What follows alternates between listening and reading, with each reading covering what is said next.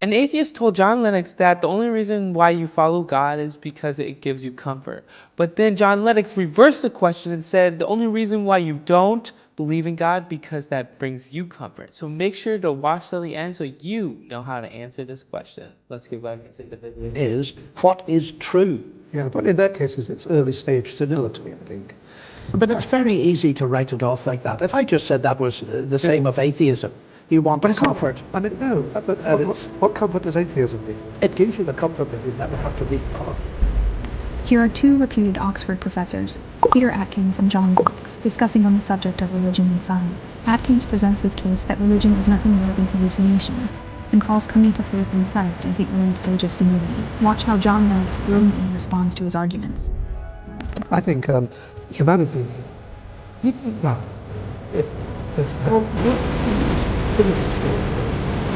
absolutely something that we recognize.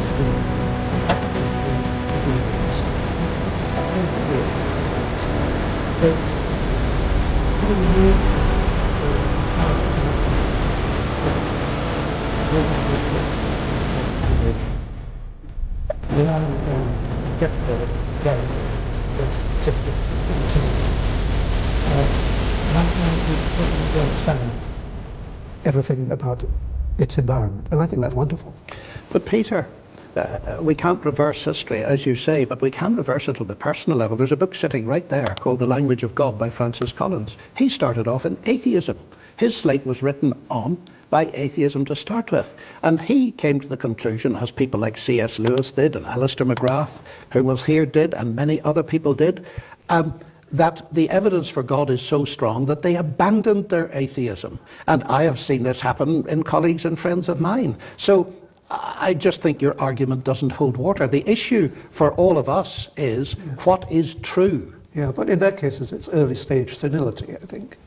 But it's very easy to write it off like that. If I just said that was the same of atheism, you want But a comfort. I mean, no, but what comfort does atheism give you? It gives you the comfort that you never have to meet God. I know this is largely a theological discussion, in which case we don't need to be clear about what we're talking about. Oh, yes, we do. But since we actually want it to That's be very unfair to say that. Some of the greatest minds in history have been theological minds. Wasted, I'm afraid. But St. Augustine, fantastic mind, totally wasted. I think where science would be now if he'd spent his But time if there doing is a experiments. God, Peter, his mind has not been wasted. If The shoe's on the other foot. So the thing that concerns me is the truth of the matter. The wings on the other shoulder, I think. The wings on the other shoulder, if you like to put it that way. Atkins presents his case that humanity has advanced to a stage where we no longer need God. He asserts that the primitive age of believing in angels and demons is over, and humanity should be proud of her own achievements. But Lennox argues his case for God, that throughout the centuries, numerous and notable intellectual human beings have abandoned atheism for theism. For instance, Galileo, the hero of modern science, came to the conclusion while studying science that the laws of nature are written by the hands of God in the language of mathematics. Galileo clearly understood that the universe was rational and mathematical, and that the order he observed through creation could only be explained through the existence of an intelligent creator. If we, in the end, come to the conclusion that For the longest time, they needed to believe in demons and angels and definitely God. For the longest time, because that helped them get through life. But now we are superior and we don't need God because we are intellectually smart. But you see what's happening in the world today because of that very thought. You see what's happening in our schools because there is no God. You see what's happening in our country. You see what's happening in our colleges, just lawlessness, deep, dark things happening. So many people depressed, so many people killing themselves, so many people doing all these terrible things because God is not in our country as it should be.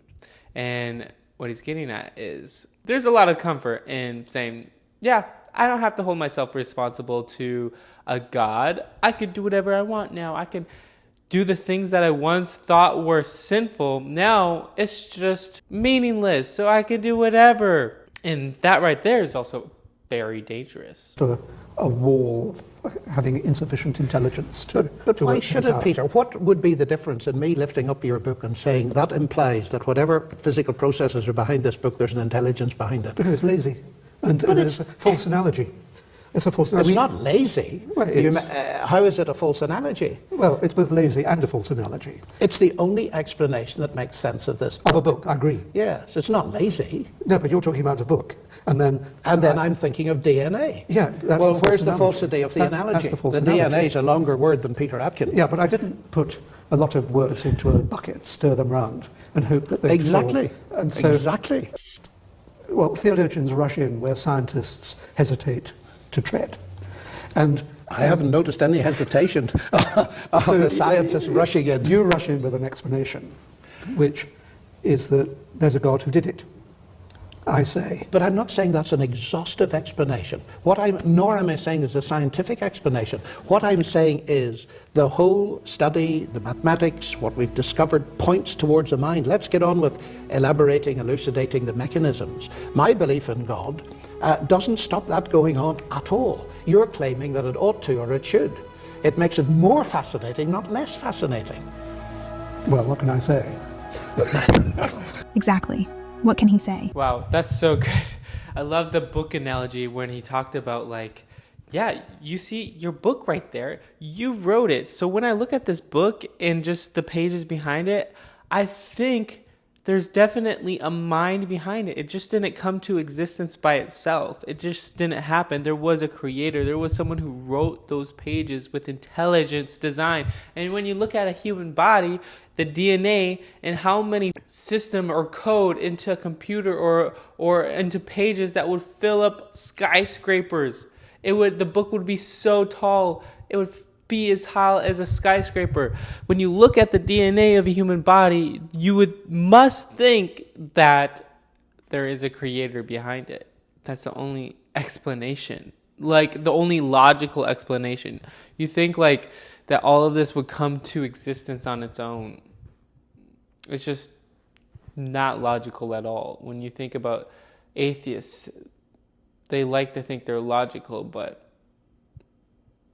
to look at a book and be like, that just happened from pretty much evolution. It just happened on its own by somehow evolving to a book. But really, what if you looked at it like, oh, a creator, he wrote those words, he put it into existence, he had this system in place from beginning to end to finish a book with great thought and intellectual thought, just like our body was created by God. Well, anyway, guys, I want to know your thoughts on this. Please let me know. I'd love to hear them. And also, please subscribe because I am getting close to 10,000 subscribers. I want to hit that definitely by the end of the year, but hopefully sooner. Anyway, thank you guys so much for watching. And also you might like this video here. Peace.